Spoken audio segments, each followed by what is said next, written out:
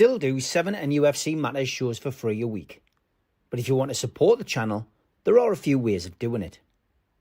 Hit the like button on each live broadcast or video. This helps the channel grow. Hit the subscribe button and select the all notifications option. Hit the thanks button to buy a super sticker. You can do this on the live chat too. You can also join our Patreon page or buy us a coffee at the link in all of our video descriptions below. We are also looking for sponsors. If you want our latest advertising rates and how you can get involved, then email John at nufcmatters1892@gmail.com. Thanks for watching.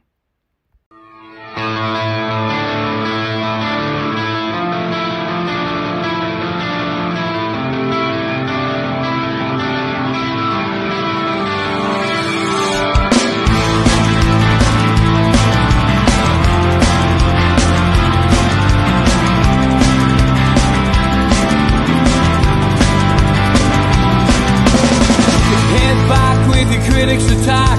It feels like I've been talking to myself again. But it's the only way you're ever gonna learn. You look back and it's all in the past. I'm dwelling on the thoughts I cannot say to you. If I don't say the words, then maybe it's not true.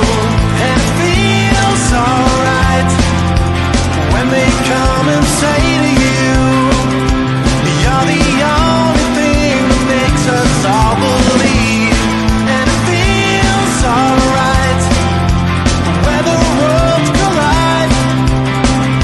Manipulation stands to make us break. What's that you said is coming over you? You're wishing upon a star. You're wishing it on a star. You are, you are, you are. You fight back, it's an all-out attack. It feels like I've been taken on the world's machine. Because I want it more than anyone can dream. You look back and it's all in the past. You tell me how you live by all the things you do. Well, you can be yourself, but maybe I'm not you. And it feels alright when they come and say to you,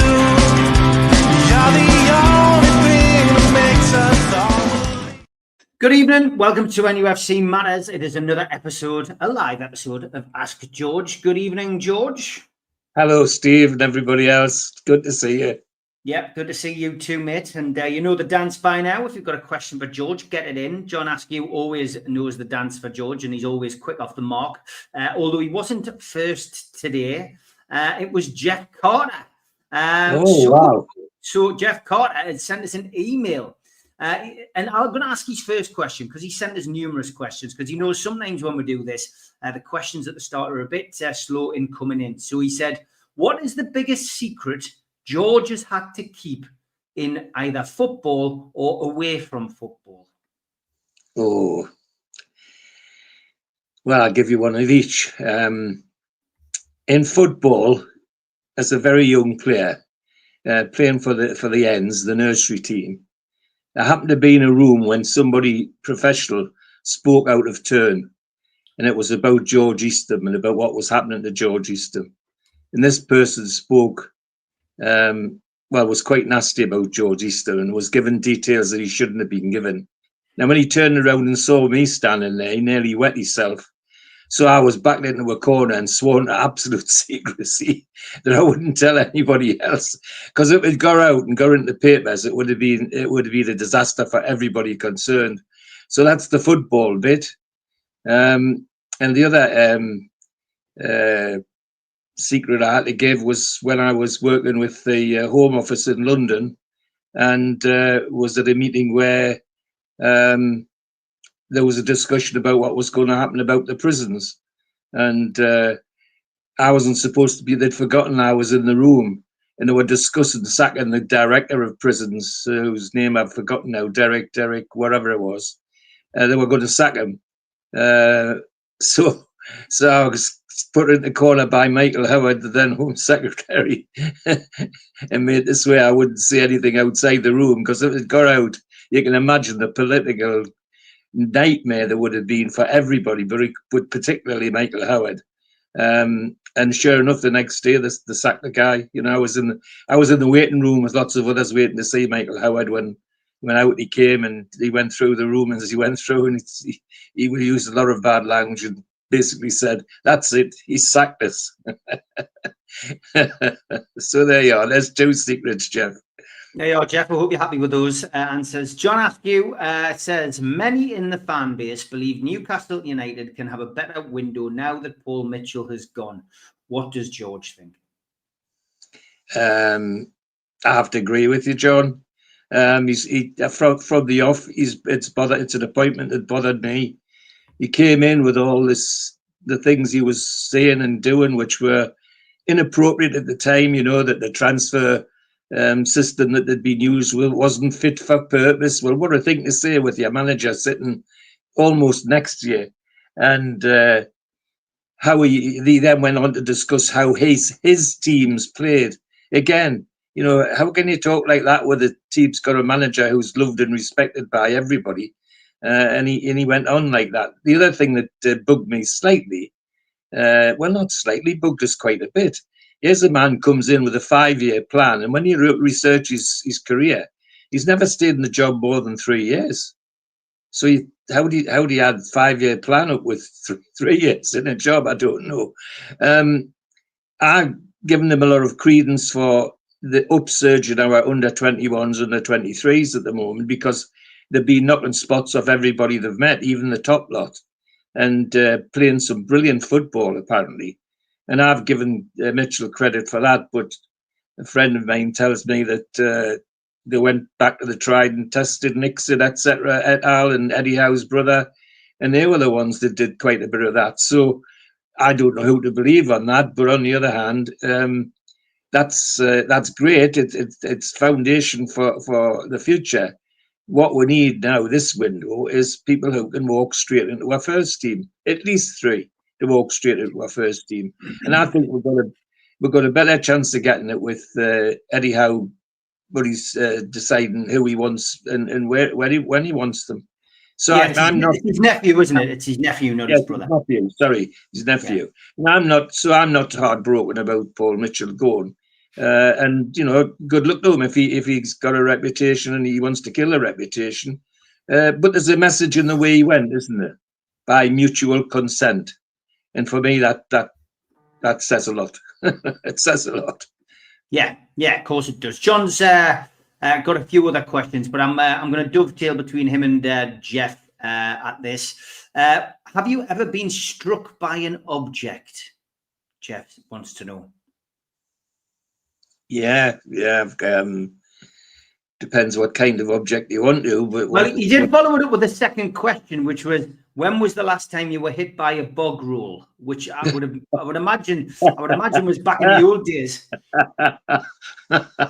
No, never hit by a bog roll, but I was once hit by a Coca-Cola bottle. If you're talking about football, went out to play at Mickley. Again, it was supposedly a friendly match between Mickley Juniors and Newcastle to advertise the Mickley club and put a show on for them and earn them some money. And somebody threw a Coke bottle, and I was the unlucky one that got hit by it. Okay, we'll get back to John again. He says, does George think the lack of unity between the manager and the sporting director means that the transfer ducks that should have been lined up are anything but? Well, I hope it's not so, but I do worry, like John's question implies. For example, last summer, what did we do with the most of the time? We spent weeks and weeks chasing Geehy and allowing Crystal Palace to, make fools of it in the press. I mean, they were leaking everything and keeping nothing, and we didn't seem to be doing anything about it. Well, that had to be Mitchell's territory. That wasn't anybody else but his. So that wasn't a good start. And the fact, mean, the fact is that, as anybody and everybody at St James's Park knows, that Mitchell talked more times in a week to the manager of the women's team than he did Eddie Howe, and that speaks volumes as well. You know, it's not an ideal situation.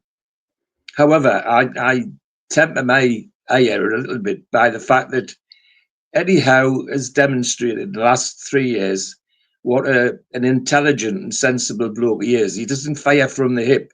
He doesn't throw people under the bus. I mean, when Mitchell made those statements about his team and transfers not fit for purpose, he didn't give notes to the press like some would have done, and you know, to disagree and all. Like, he just kept his powder dry and just stood firm and said, well, you know, we've got this, we've got that, and that's the other. He didn't imply anything to anything. And I think the same will apply to this. He'll know, Eddie Howe will know what's been going on in terms of sounding people out about transfers. And I'm quite confident he'll have his own list, and that's what he'll work to. But it's not an ideal situation. If I'm cruel, as a supporter of Newcastle United for over 70 years, it's Newcastle United, isn't it? Nothing's ever simple with Newcastle United. Never has been. All the years I've supported them, there's always something pops out of the woodwork that's different. You know, whether it be cup things or things with managers or things with players, there's always something in the background that's going on. And this is just another one of those for me, I'm afraid. But it's not good. That your premise is right, John. It's not good. But I'm confident enough to know that Eddie Howe's got the intelligence and the skill to overcome it. It won't phase him at all, I don't think. What's your gut instinct telling you, George, on that Mitchell situation? I mean, you've seen players come and go, we've seen directors come and go, seen managers come and go at the club. So, you know, you've had plenty of experience at seeing things like this develop. And obviously nowadays we have more media than we've ever had, you know, going back to the 50s. Yeah. You know, it was you'd pick the Chronicle up and you'd probably have a couple of pages and that would be it. Yeah. What's your gut telling you about Mitchell? Do you think that this was expected? Do you think this was a decision made on the last game of the season? What's your thoughts? Well, my gut reaction is that all that stuff I've just talked about, you know, him talking about his team in front of Eddie Howe, him saying transfer things not fit for purpose and all that sort of thing. And then flash back to the last game of the season and look at the crowd walk around the pitch. And who was Alan Ramaya cuddling into? Eddie Howe. Eddie Howe. You know, so one wonders if Mitchell's actually had had the balls to go to Al Ramaya and say, hey, I don't like this. And being told, well, if you don't like it, get out. Simple as that for me. Simple as that for me. That's what it tells me. And certainly that was what I was implying when I said by mutual consent. Even by mutual consent. It sounds like to me he's gone into the room and said to the chairman, look, I want this, I want that. Otherwise, I'm going. And the chairman said, goodbye. Simple as that for me. Simple as that for me. Okay, we'll get back to another one of Jeff's questions. He says, what is the worst injury or foul that you've ever witnessed in a match, either in a game that you've played or in a game that you have watched? Well, I'll give you both. In the game that I've played was my own injury. When somebody kicks your kneecap off, you know your career's in danger, and that's what's happened. Simple as that. Horrible injury, but I couldn't believe what I could see on my leg when after I fell over. And in a match, I was watching. It was I'm going to swear now. It was at Joker Park. It was Leeds United. Johnny Giles, a tackle on a Sunderland young forward, great promising career called Willie McPhee, and Giles broke the lad's leg, and it was over the top. It was the most hideous tackle and foul I've seen. Even now, even when I look back now, I see some bad ones on the telly now, but that one still sticks in my mind. I was sitting there in the stand, and you could almost hear the bone crack. It was such a bad tackle, and you knew. And afterwards, it was so bad. The physio and the ambulance people that took Willie McPhee off said that if he hadn't had a sock on, his leg would have been in danger of parting. You know, that's how bad it was. Really serious. Johnny Giles, Leeds United, reputation for it, and by Jove, he did it that day. So horrible, horrible. Yeah, awful stuff. David Bush, of course, at Old Trafford. Remember that one, Ian? Yeah, it was horrendous. Yeah. Seen some awful ones over the years. Yeah, but yeah, it was which one George had seen that we were interested in. John said, "How confident is George that we'll end up in a shiny new stadium based in Leazes Park?" Oh, I'm fairly confident. All the public talk's been about it happening, and I don't see any of the main players like the council, university, etc., anybody else gainsaying it.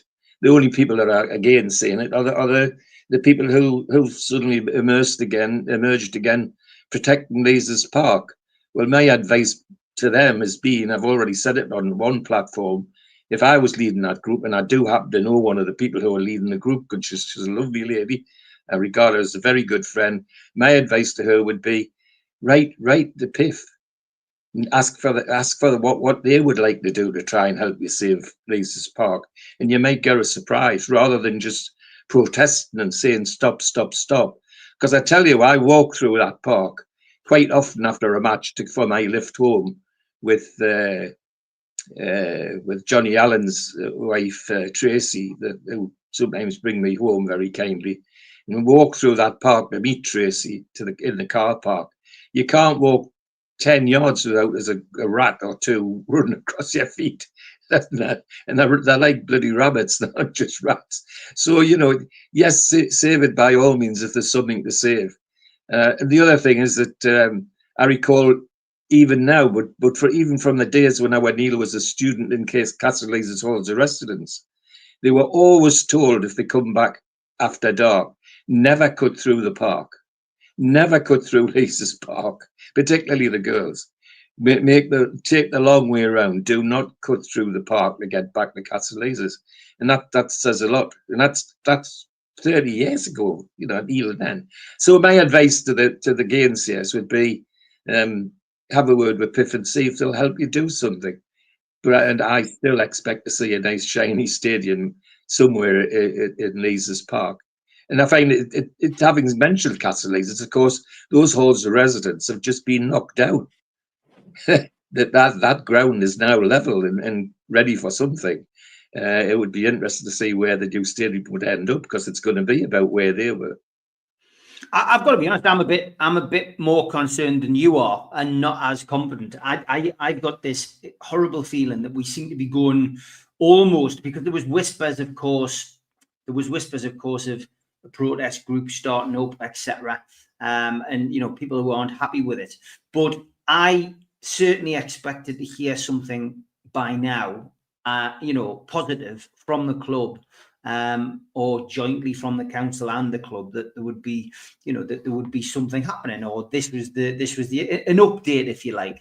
You know, we've put in what we would want or what we fancied. You know, we've answered all the clubs, you know, emails and surveys, etc.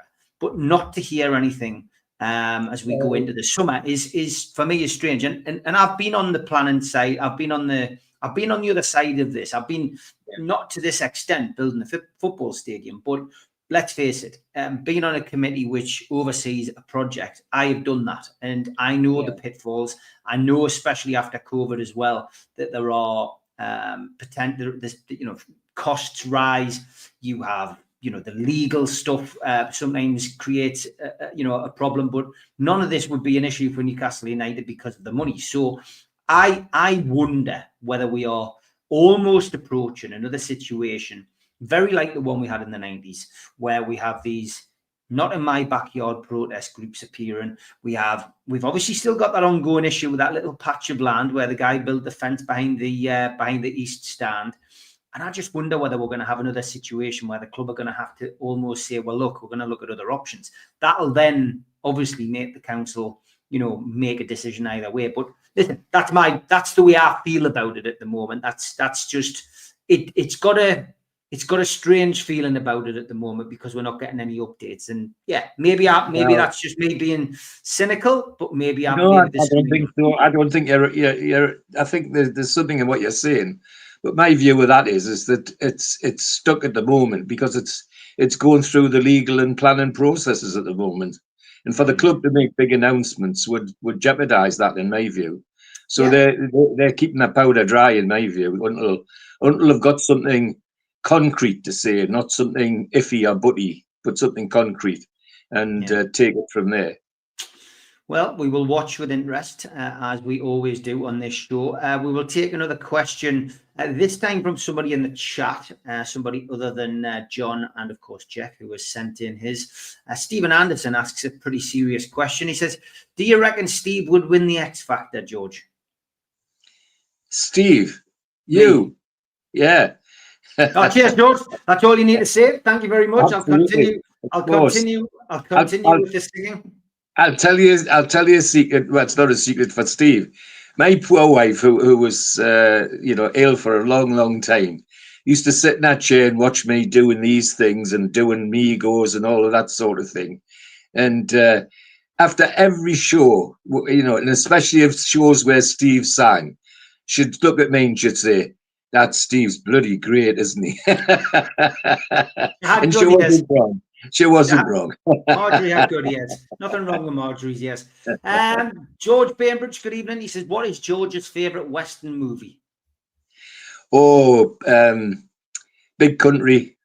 Big Country. Who's in that? Gregory Peck and Charlton Heston.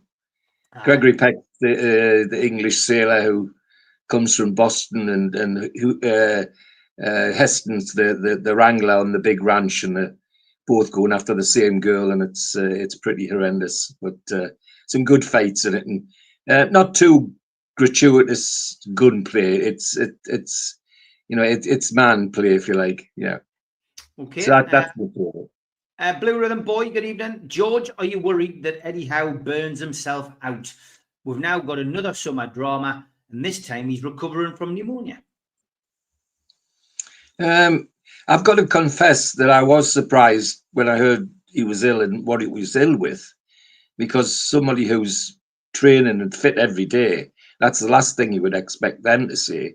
And I just hope that they've got to the bottom of that, and Eddie himself has got to the bottom of why it happened. And I'm sure his medical people have. He's had some, obviously feels happy he's had the right treatment. So no, I'm not too bothered that he'll burn himself out. He knows. Seems to me he's a guy who knows when to shed the load a little bit, and the team he's got around him, and it's quite a big team. And remember, he wouldn't take the Celtic job because Celtic wouldn't let him take that team to Celtic. Otherwise, he would have been Celtic's manager. And his assistant takes the load. Jason takes the load. George seems to take the load of some things. It interests me when there's a goal, for example, it's St James's, and you watch where the players run. Quite a lot of the players, like Callum Wilson, sometimes Isaac, they don't run to Eddie, they run to Jones. And you think, well, what's that about? Well, it's probably because they spend a lot of time on the great training pitch with Jones. So there's quite a number of them there, and I think he knows how to spread the load. So I don't think he's in danger of burning out. He picks the load up at the important time, from the Friday when he's got his press conference into the weekend for the match. That's his bit. During the middle of the week, he lets the others do a lot of the hard yards. So I'm not bothered that he'll burn himself out. I think he's got it worked out. But you're right to raise the pneumonia. That was a shock when I heard what he had. It really did bother me. Okay, lots of Westerns getting suggested. Unforgiven, Gary, I do like that one. Blazing Saddles, Mick Millane says, John Wayne as Hondo is the best Western, says Stephen Kennedy. Good evening. Rob Maltman says, of course, our designer, he's just done some work for us today, which we will be sharing in due course. What does George think of Delap choosing Chelsea and then Mbeumo choosing Man United over Newcastle? What do Newcastle United need to do in the transfer window to secure players? Well, only thing I'll correct you on there is, Rob, is that's your opinion. We don't know if Newcastle were really chasing Mbeumo or Delap.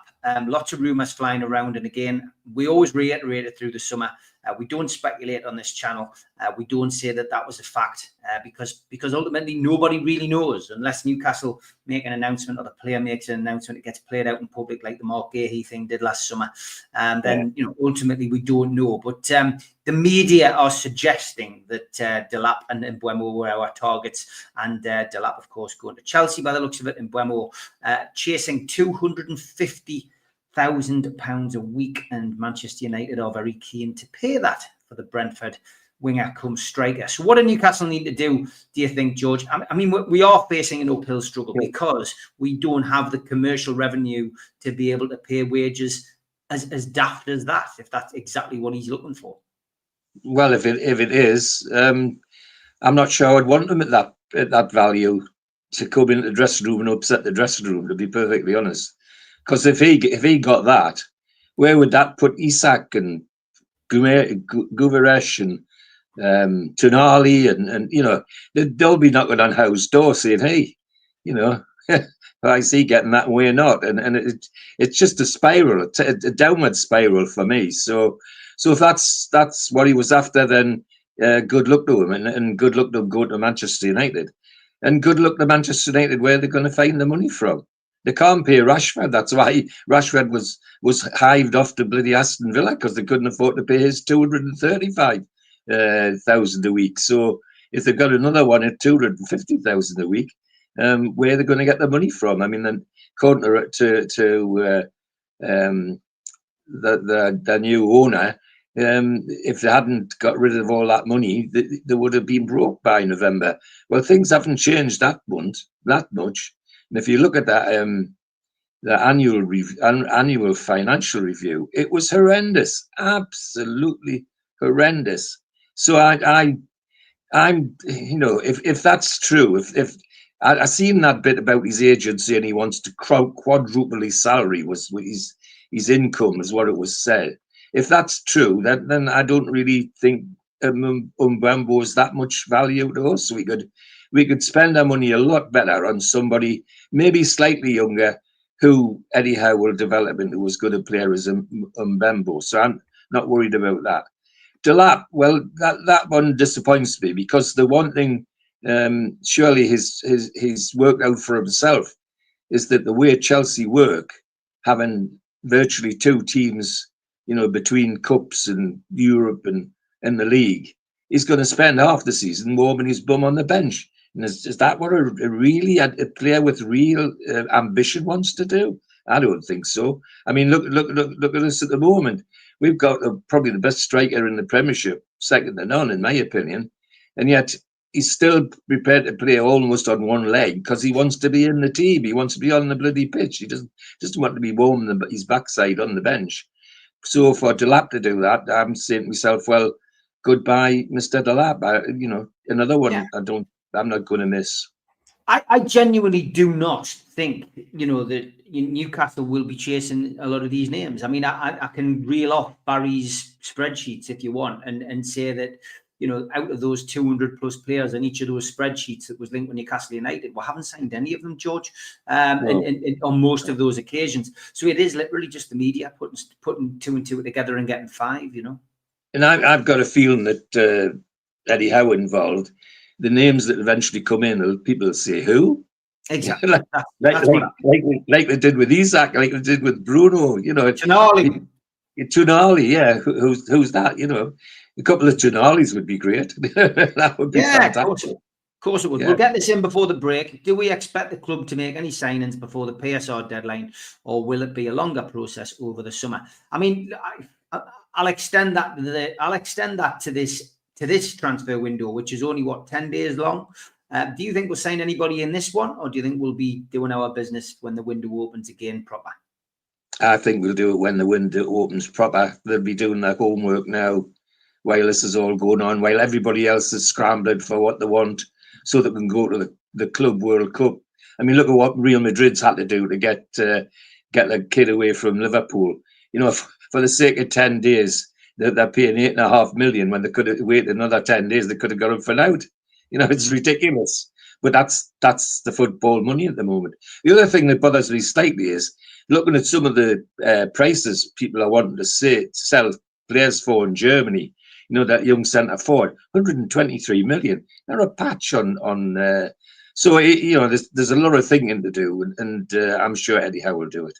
But I don't expect anything until the window opens proper. Okay, we're halfway through the show. It is time for the ad break. Big thanks to all our sponsors. Skips and Bins. Say hello to low-cost waste disposal with pay-as-you-go and contract waste management. Their website, skipsandbins.com. Contact them, www.skipsandbins.com/contact. Big thanks to Mr. Vicky's Sauces, handmade in Cumbria. Their website, mrvickys.co.uk. Email info@mrvickys.co.uk. Telephone 01768 210 102. Thanks to our fanzine sponsor, United Group Travel, UK Coach Holidays. There are no strangers on our tours, just friends you haven't met yet. 2 crew, driver and courier, local family company, 3-star plus quality hotels, no interchanges. Hot and cold snacks and drinks available on the coach, all excursions included. Their website, www.unitedgrouptravel.com. Email beverly.ugtl@gmail.com. Telephone 01670 632 460 or mobile 0791 666 4174. A big thanks to Media Arts for all the technical side of things. And if you want to listen to us as a podcast, you can find us on Sport Social Podcast Network. We're also available on iTunes, Spotify, and other podcast providers. If you want to support the channel, then hit the subscribe button. We still do 7 shows a week. Hit the like button, which is the thumb underneath this video, and click share to your social media.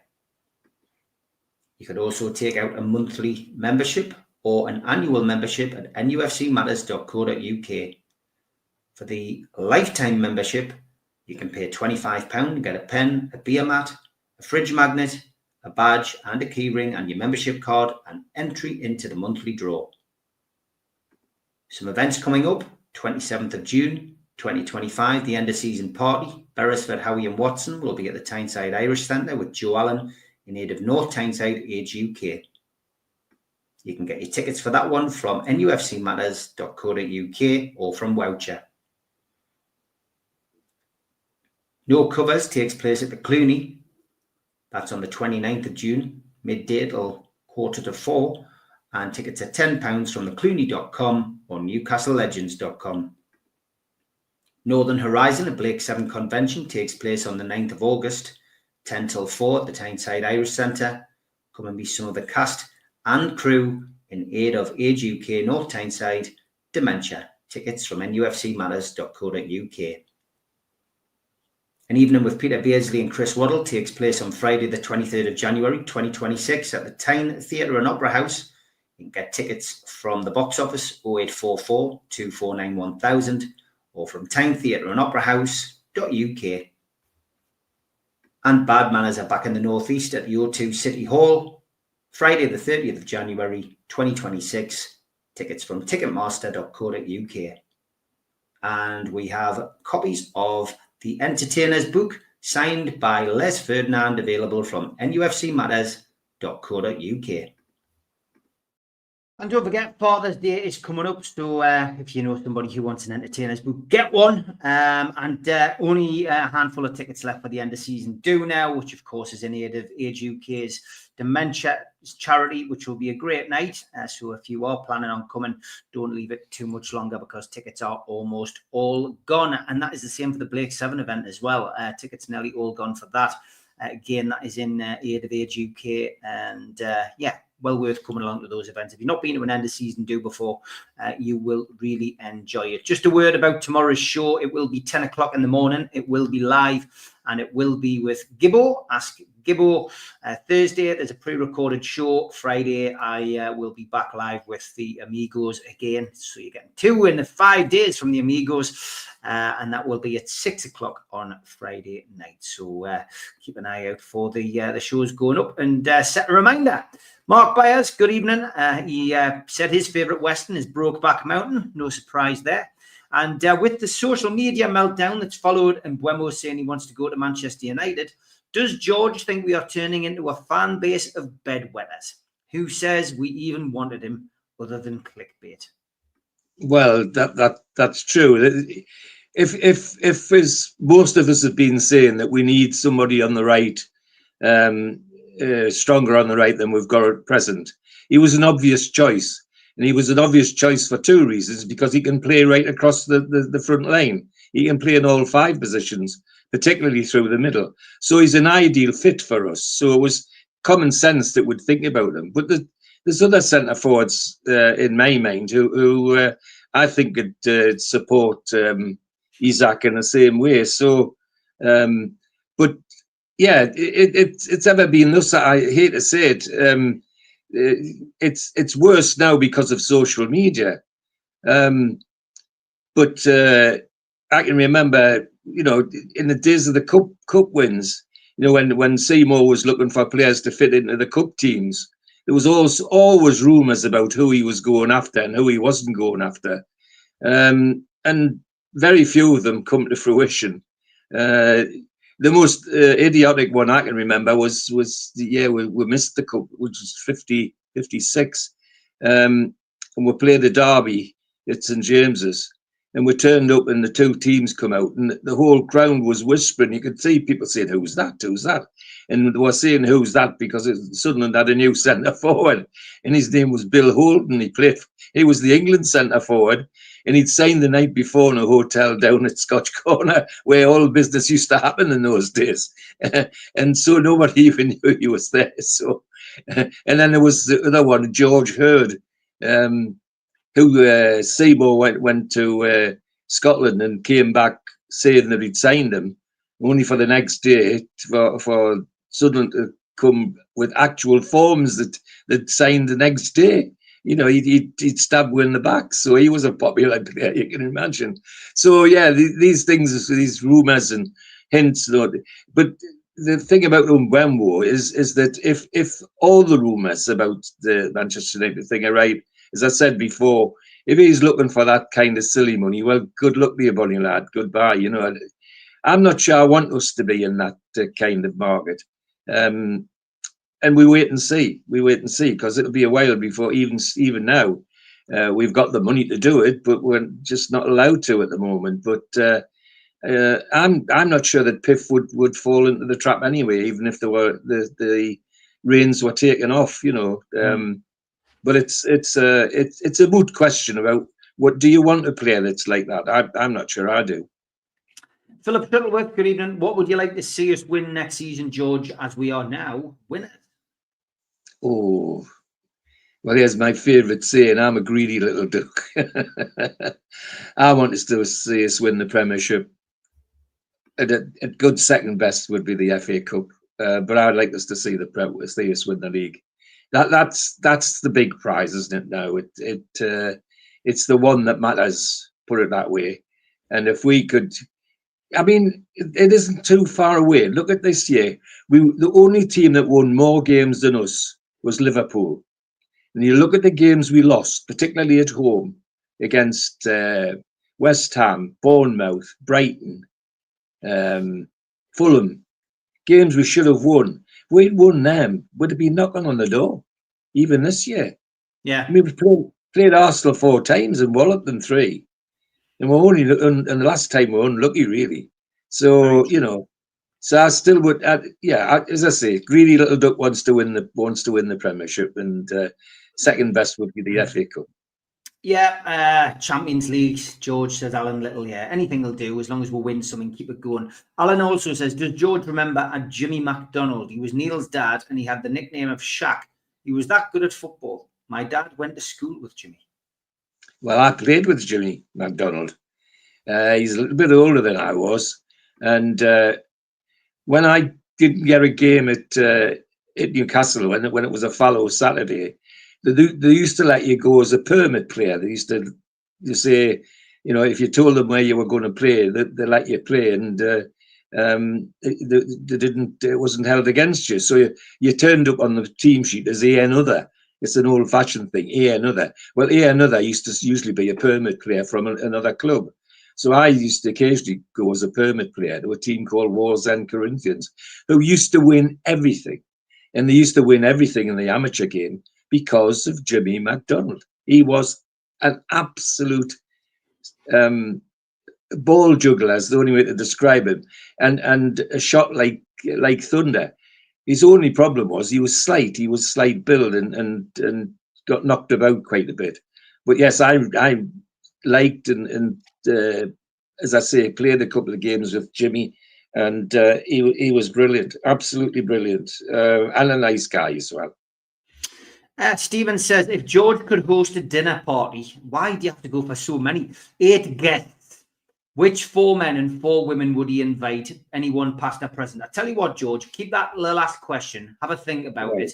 If you could host a dinner party, don't necessarily go with those numbers. If you could host a dinner party, just think of how many people you would invite and who you would like to invite. Okay, has George ever met Gazza? And yes. Steve, could you interview him on the channel? That's never going to happen, unfortunately. But you have got the Gazza shows on this channel. So if you search Blue Rhythm Boy on here and Evening with Paul Gascoigne on this channel, you will be able to find them, because we put, I think there's 2 on here. One with Joe Allen, one's with Terry Baker, who was his agent back in the day. So there's definitely 2 on here that I can think of off the top of my head. We may well have another show with him at some point, but podcasts, he's not up for podcasts. I have asked him on numerous occasions. Funnily enough, I was speaking to Peter Beardsley today, and Paul's in a good place, which is great. So we'll wish him all the best and hope that he continues on the same road. But yeah, tell us about your meeting with him. Twice. Once when he was very young, just after they won the FA Youth Cup. I was still in touch with people at St James's Park and got invited to something, and Paul was one of the people that turned up. And that was quite nice and quite normal. He was obviously a bit of a lad. He was, giggling and laughing all the time and looking for silly things to do, but he wasn't under the influence of the demon. And then the next time I met him was just by sheer chance. I went into one of the executive suites. A mutual friend invited us to go for corporate hospitality, and who should be in the place but Paul Gascoigne. And I was surprised because I didn't know he'd been back to St James's Park very much, but he was there on that occasion, and it was nice. But he started to get a bit silly and doing silly things. But I met him twice, and I'm glad I did. He's of all the talents in England, not just in Newcastle, that was wasted. He's the biggest for me. I mean, he's just unbelievable talent, and it's quite sad. But it's good to hear he's in a good place, because that's good news for all of it, and particularly for him. But yes, met him twice. Dare I say it's refreshing that Bruno Fernandes is staying at Manchester United, says Blue Rhythm Boy. Where does George see the Saudi League going ultimately? Will it eventually water down the Premier League, especially if PSR limits wages? I mean, this Al Hilal seems every summer transfer window to come in with £100 million bid for somebody, but never seems to get them. It was Mo Salah last year. At least this Fernandes thing hasn't dragged on for Manchester United. He's chosen to stay at Manchester United. But yeah, the Saudi League, what's your thoughts on it? Well, it's interfering with what's happening. I mean, look at the Brentford centre forward. He took the golden penny and hasn't come back. So, and there'll be others like that, and there are others like that. But it'll interfere. But I think it'll even itself out. There's only so many players to go around, and ultimately, if they take the ball, well, then leagues will start to collapse. There'll be a reaction to that. So, but to be perfectly honest, I think it'll interfere for a while, and then it'll settle down.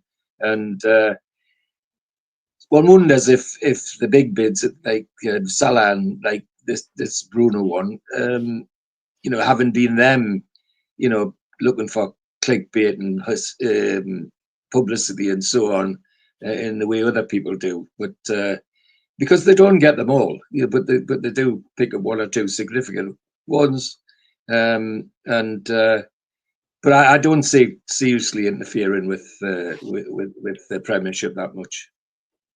Okay, Mark Byers says, who is your favourite foreign player ever for Newcastle United? Wow, that's a good one. Oh, David Ginola. Got to be David Ginola. I don't know why I hesitated. It's got to be David. Everything about him, and it shit good looking, wasn't he? Dear me, that's terrible. Yeah, okay, David Ginola, that's an easy answer. Sparky D says, have you ever asked Elliot Slessor to do a show with you? Seen him interviewed on the Snooker, great sense of humour. He did a show, I think, during lockdown, Sparky D. Again, find it in the playlist. I'm pretty sure we did one. If we didn't, I will get him on at some point, but I'm pretty sure we did one over the course of lockdown. So search Elliot Slessor on NUFC Matters, and I think you might find it, Sparky D, but my memory might have let us down on that. Alan, yes, 40 years tomorrow since I first saw Bruce Springsteen at St James's Park. Steve, an iconic gig. Loved the documentary last Saturday. Hope you enjoy Anfield. Yeah, going tomorrow night. Looking forward to that in Liverpool. Bruce, it'll be the 6th time I've seen him in 2 years. And Alan, I'm never disappointed. Slightly shorter set, I've been told. Maybe it's 15, 20 minutes. But he's changed the set a little bit for this time. So, but yeah, fantastic, Alan. One of the greats, and I never get sick of seeing Bruce. I've got to be perfectly honest. And a cult hero in this part of the world because of what he did for the miners. Oh, 100%, yeah, 100%. In fact, that was featured in the Chronicle this week. It was one of the articles I could be bothered to read. It's the anniversary, yeah. 2 seasons' time, it'll be 100 years since we last won the league, says Phil. George, as you say, that will be a great season. Next year, the cup double would be nice. So it's just not a question, just... you won't get an argument off us for that. You won't get an argument off us for that. And Stephen Kennedy says, Steve, could you ask Stu and Mitch to give us a rundown of how the ex-Premier League players are doing in the Saudi League? Are they pulling up trees or not? Yeah, we'll have a look at that, mate. Yeah, Blue Rhythm Boy, that's right. He did a dream team. I remember watching it on here. Yeah, he did.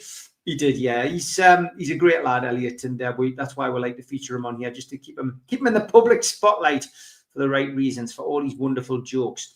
John says, will George be a little lost without football for the next 2.5 months? He's got NUFC Matters. I was just going to say, Steve, it's going to keep us busy. I get withdrawal symptoms, and it's interesting though. It isn't just about the football. Those of you who've heard us speaking on other platforms say, I like the match day to be an occasion, and it's now an occasion where before the match even starts, it's an occasion because I meet all the NFC Matters people in the Tyneside Irish Centre. And then lots of you lovely people pop in and say hello. Well, that it's already an occasion before I even got into St James's Park. And then I go up the food bank and sit on the food bank and so on. And I'll still be in touch with those people during the close season because they still need my help and so on. And other things, well, I'll try and support Steve with his dementia charity thing because. Just to boost that, I've talked about my Marjorie, 7 years dementia. Those people that Steve's working for were a huge help to me when my Marjorie was at her lowest, believe you me.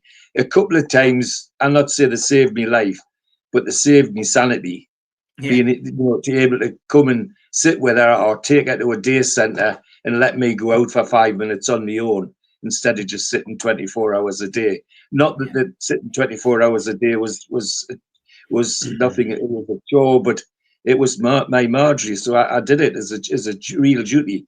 But those people that Steve's working for, worthy of the support, and get my 100% support because they were great. They were great. Phil says, ask George, next season's Champions League final is in Budapest. That hasn't gone unnoticed in the NUFC Matters camp. And the following season's in Milan. Which one would you like to see us win? Oh, that's a good one. Well, Budapest would take me back to memories of the Fairs Cup, wouldn't it? And but Milan's the big one, isn't it? To win it in Italy, in where teams that have won it before have played. That would be a real nice one. I have another sneaking preference for that is that Milan's one of my favourite cities to visit. And Italy was one of Marjorie's favourite places to visit because she was a talented painter. And so we used to always spend some of our summers looking for a gallery to go to. And she's been to all the big ones in Italy. There's one in Milan, but we used to go to the Uffizi in Florence and the Doge Palace in Venice, and she'd sit there all day painting, copying some of the masterpieces, and you know, so the Italian one would have a special place in my heart, I've got to say. Okay, yeah, both locations are fantastic. So true that, to be honest. Alan Little says, I once slept in Laurence Charvier's childhood bedroom while visiting his mother in Montpellier. A very long story, I can tell you. Wow. You'll have to tell us more about that one, Alan, next time we see you. Would George be happy if the club continued without a sporting or technical director? They seem to be the source of more division than they're worth, or maybe not. Any thoughts? He also asks if it would maybe a good idea that Newcastle, before they did decide to employ a new sporting or technical director, that it might be worth consulting with Eddie before the search. Well, yes. I mean, the end of the day is that I've talked about Eddie having a strong team. There's no harm in strengthening that team with somebody who has a recruitment remit, and that they do actually sit down and talk on a regular basis. I mean, you know, Mitchell's left it, and at first there was the notion that he'd be talking to Eddie every day, or he'd have an office up at Long Benton so they could talk whenever they liked. I was horrified to find that he actually talked to the manager of the women's team more than he talked to Eddie. So yeah, if the picking the right guy's one thing, but it may be another addition to the scouting team, but someone who works alongside Eddie, not with Eddie or against Eddie. That they have an input, both have an input into the thing, so there isn't any division. And you're right, there have been some notable ricks. Look, you know, this is Newcastle United. Might I dare mention a sporting director called Dennis Wise, in the mayhem he caused, and there was another guy, an Italian that Ashley hired. I'm trying to think who that was, and he was a disaster as well. You know, they made a lot of money out of Ashley, but they didn't do out for the club. Absolutely nothing. Yeah, crazy, mate. Absolutely crazy those days. It seems like a different era. I'm glad that's so far behind us. Where should we go next? Trying to get somebody in who hasn't asked a question. Darren, George, how can Manchester United keep spending money? They were very close to PSR. So how can they spend £160 million on two players? It stinks. And we discussed this a little bit last night. Chelsea, again, as we were live on air last night, signing a midfielder for £18.5 million on an 8-year deal. Busy tying up the Delap deal as well. You know, Newcastle, you know, again, not acting quickly. It's just, well, it just drives people up the wall. But we've mentioned at the start, we've mentioned it constantly. It's because we're so far behind in commercial revenue, George, isn't it? And commercial revenue, and the fact that the European rules about the points that they get for so many appearances in this tournament, that tournament, and what have you. You're talking about clubs like Manchester United, Chelsea, who've been consistently in Europe all the time, where we were languishing in other places, and that's what we're catching up on as well. So it isn't just the one thing or the other. The big thing missing out of the equation, out of all of this PSR stuff and all the financial stuff generally, is the debt. You know, how on earth? You know, we're talking about Manchester United, and Ratcliffe said that if he didn't get rid of some expenses, they'd be broke by November. If that's serious, well, you know, and they're still going to spend this money and still pay all those wages, so they must be getting the money from somewhere. And all on top of that, they've got these two guys from America who are the real owners, levering loans and mortgages against the club for their own purposes. It's a nightmare. I would hate us to be in that situation. And think about it. We've got what we've got. The one thing we haven't got is masses of debt. the so-called top six, you can label them, they're all at least 1 billion in debt on top of all the other expenses. So my fear is, well, it's fear for others, not for me. My fear is that somebody will pull one of the bricks out of Manchester United's wall and it'll just all come tumbling down. And they'll end up being in administration or something stupid like that. But I suspect with all the American owners in the league now, they would all come rushing to their aid to try and save them. But it's an absolute mess. And you're right to make those comments. But it isn't just about the money. It's about all the silly rules about so many points for being in the Champions League for so many years and seeded for this and seeded for that because you've been in Europe so many years. And we haven't got any of that. We're still paying for the years we spent with Ashley up and down between the Premiership and the Championship. So it's more than, it's not a simple picture is what I'm trying to say. I wish it was. The only other thing is, of course, that the Premier League itself collapses, and if things go wrong with them with Manchester City, I wouldn't put that horse out the stable either, because they're in a mess. That Master seems to do what he likes because he's got the support of the so-called Big Six. Well, that could get thin this next couple of years, because we've got other teams now like Forest and Villa and others who are now realising in Everton that those rules that stopped Newcastle are now stopping them, now stopping Manchester United in some ways. Okay, another question from Tim. He says, question for George. Haddock or cod? Oh, haddock, please. Saveloy with peas pudding or pan Haggerty? Oh, that's a tough one. Pan Haggerty. All right, there we go. Alan Little's going to tell us the Lawrence Charvier story when we see each other at the end of season 2. So that is good. Stephen Kennedy, as you know, we don't often talk about signings until they happen on this show. So Ben Jacobs will be the closest we'll get to that. I'm going to try and tie up a date one morning next week with Ben to get him on and get him back into a regular flow of doing shows for the summer. Only got a couple of minutes left. Let's go back to Stephen Kennedy's question, George. Your dinner party and your guests, 4 men, 4 women. Right. That's any choices. Anybody dead or alive? Yes, okay. 4 women, fairly straightforward for me.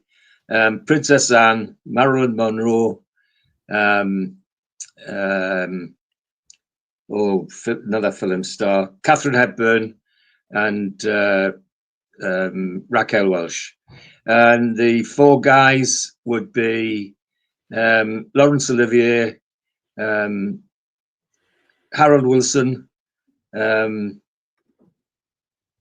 got to be one of the Cowboys, John Wayne, and another politician who I particularly like, and this will get some booze out there, because he is an amazing dinner guest, having had dinner with him many times. A man called Michael Howard, would you believe?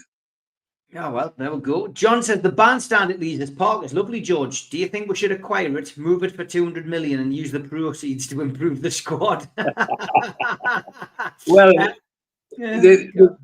that's a funny question, but that's one of the things I said to my friend who's involved with this protest group, was that they've rebuilt the bandstand, and I said that they missed the trick. What they should have done is gone to PIF and said, we want to rebuild the bandstand and give PIF the hour drones, and they would have got the best bandstand it could have imagined. And then when the new stadium comes on the scene, PIF wouldn't want to knock their own bandstand down, would they? And I still think that could happen. So yeah. Last question. Who does George think is the best footballer of all time? He's been around to see most of them in that prime. Oh, fairly straightforward. For me, it has to be Pele or Maradona, and I like Pele. Pele's my preference because he wasn't just a good footballer; he was a real sportsman, a real gentleman, and somebody you could point to kids and say, "There's a hero." Pele was a hero. Maradona great football. I did lots of things, but did lots of things that wouldn't make me my hero. Yeah, I would understand that wholeheartedly. Mark Byers has chipped in. He says, Eazy-E, Tupac Shakur, Elvis, Freddie Mercury, Mackie Thatcher, Kylie Minogue, Madonna, and Tina Turner. He's missed the two. Cowboys are from Brokeback Mountain, I notice. Yeah, Mark. that's right. Yeah. And I've got to say, because Jules has said, I mean, Steve might sing, it's been a great show, George. In fact, I've had the time of my life, and I never felt this way before. Thank you, George. It's been a good show. Thank you. I'm back Thanks, tomorrow, everybody. 10 o'clock in the morning with Gibbo. No singing with Gibbo, I'm sure. George, see you again soon. Take care. Thanks, everybody. Well, great. Thank you all for turning up, and I do appreciate it. And support the charity. That's my message.